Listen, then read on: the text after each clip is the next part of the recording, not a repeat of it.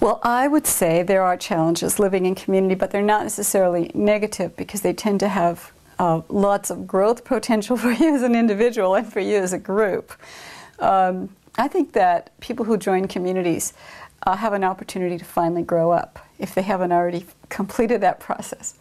They can be doing it kicking and screaming and having a difficult time dealing with the requests that they might take care of this issue and take care of that issue and please don't do that anymore and hey, you're really good at this, why don't you develop that? So it can be challenging for your psyche. But I believe that's a good thing, really.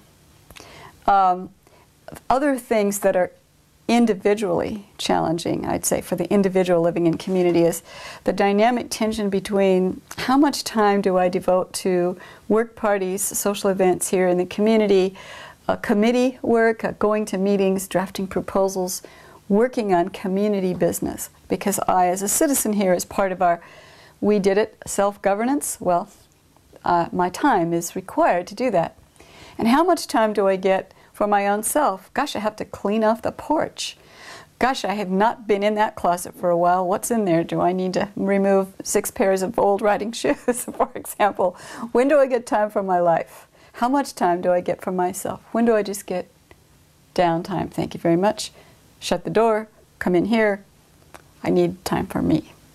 So how do you balance the dynamic tension between the obligations of the community and your personal life? Other challenges are interpersonal and in terms of the community governance. And that's where communities, I think communities are living organisms like children that go through developmental stages and grow up. And communities in the aggregate of the individual members can learn things. Here's a learning that I see communities learn. Oh yeah, we've got this problem person. Oh, but I don't want to say that because that's not right to identify that person as a problem. Really, I'll just think that it's my issue.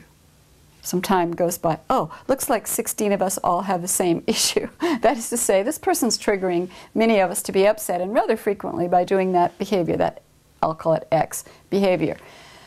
Oh, what are we going to do about it? Well, we can't do anything about it because we don't want to hurt their feelings. So we don't say anything. Little time goes by. A lot of mumbling and muttering and resentment and upset between us. Are we talking to this person? No. We should be, shouldn't we? No. Somebody among us will go talk to this person. Oh, Reginald, will you please not do that? This is what happens to me when you do that. This is the effect it has on me. Would you please not? And I believe this is not good for the group. Well, that person is not very effective. At some point, we might have to, as a group, have a small committee of folks that goes and talks to Reginald. Do we have the gumption to do that, or are we feeling, oh no, it'll hurt Reginald's feelings, or are we feeling like this? I'm up to here with Reginald. I'm not so interested in his feelings. I want to tell him, please stop that. Or are we doing this? Let's get an open heart, speak with compassion yet clarity to Reginald and ask him to please not do that. When more time goes by, when do we get to the point where we say, okay, we as a group are going to officially, as an official body, write a little letter and deliver it. Reginald, this behavior tends to influence the community in these negative ways. It impacts us in these ways. Will you stop doing this? Well, I think that it takes a while for a group to get up the whatever it takes, the gumption, the energy, the will, the cojones to do this. And finally, a group will set limits, set boundaries.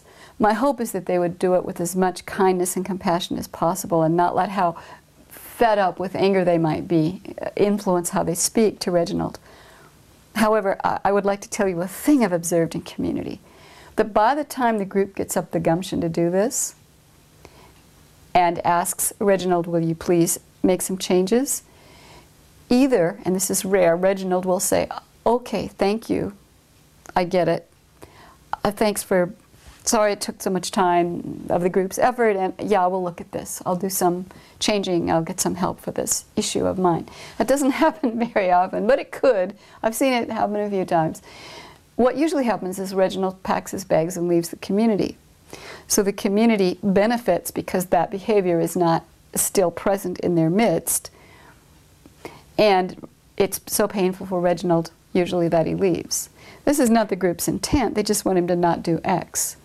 Anyway, so some of the challenges of community can be what I might call the challenging group member, who tends to trigger upset in a whole lot of people consistently over time. If it was just me and Reginald, I might think it's my issues or his, or we're having shrapnel in the aura that's getting tangled up or something. But if it's a whole bunch of us, I might think, maybe Reginald's doing something really objectively. He's doing something. Other challenges can be how long it takes to accomplish something, because we might be making a decision in a participatory, fair way where we all have input and voice into the process, either through consensus decision making or any of its many small variations, or through the sociocracy method or some other method where it's fair and participatory. And we're hearing all voices, and we're thinking about it, and we're sleeping on it, and then we're having another meeting, and we're dealing with yet other objections or concerns, and we're trying to recraft the proposal to make it something that we can all live with, and using group intelligence, co-intelligence to co-create this proposal into a better one. Okay, well, that can take a while, which can be exceedingly frustrating for people who've entered community recently from the world of business, where they were the CEO, or they were the owner of their own small business, or they were in a small nonprofit but they were the executive director, or a Marine drill sergeant, which is not likely to enter a community, but someone who's used to saying, all right, you do this, you do this, you do this, we'll get the job done. Or maybe who's not even, the boss, somebody who in a small group go, okay, we'll do this, this, this, okay, we've got it figured out, all right, go, we're going to do it. And community can just take a while, So a person has to sort of develop a slower pace in order to deal with that. Other challenges can be, living in community can be,